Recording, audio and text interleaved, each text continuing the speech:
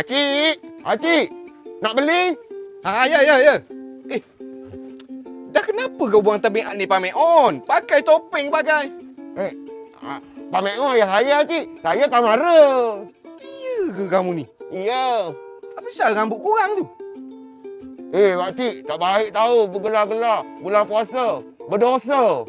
Tak, Pakcik tanya je. Kawan tu, kamu datang ni nak beli apa? Saya nak beli gula-gula. Gula-gula? Kau lupa ke? Hari ni kan bulan Ramadan. Kau tak puasa Puasa, cik. Saya beli untuk berbuka. Kalau ia pun nak buat berbuka, Kamarul, datanglah petang sikit. Ni baru pukul 9 pagi. Beli awal tak galak, cik. Yelah, macam-macam kamu ni. Belilah, nak apa?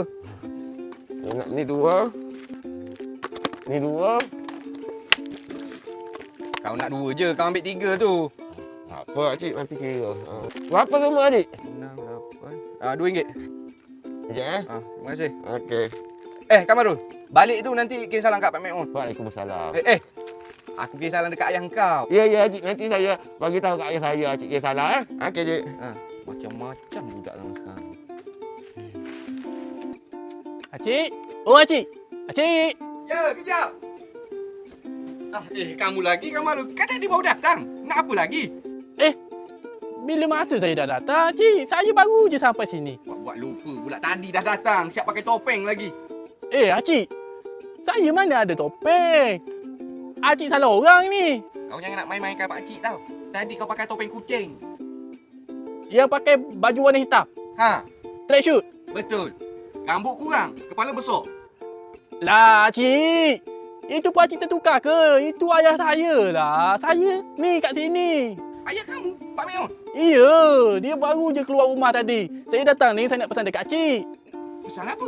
Kalau ayah saya datang dekat sini, Acik jangan jual apa-apa dekat ayah saya. Dia kenapa pula? Ayah saya tu tiap-tiap tahun, setiap kali Ramadan, dia gastrik. Bulan biasa tak ada pula gastrik. Macam tu? Iya. Dia nak menipu tak nak puasa? Bukan setakat ayah saya je. Acik pun kira bersebahat ni. Ayah saya mungkin dia dah masuk hutan ni, dah berbuka apa. Pakcik tak tahu dia datang, dia cakap dia Kamarul, dia nak beli coklat untuk berbuka. Samalah, Cik. Berdosa tahu jual kepada orang yang tak puasa. Mana boleh macam tu? Pakcik tak tahu. Dah lah, Cik. Saya nak cari ayah saya ni. Habis tu macam mana ya? Mana saya tahu?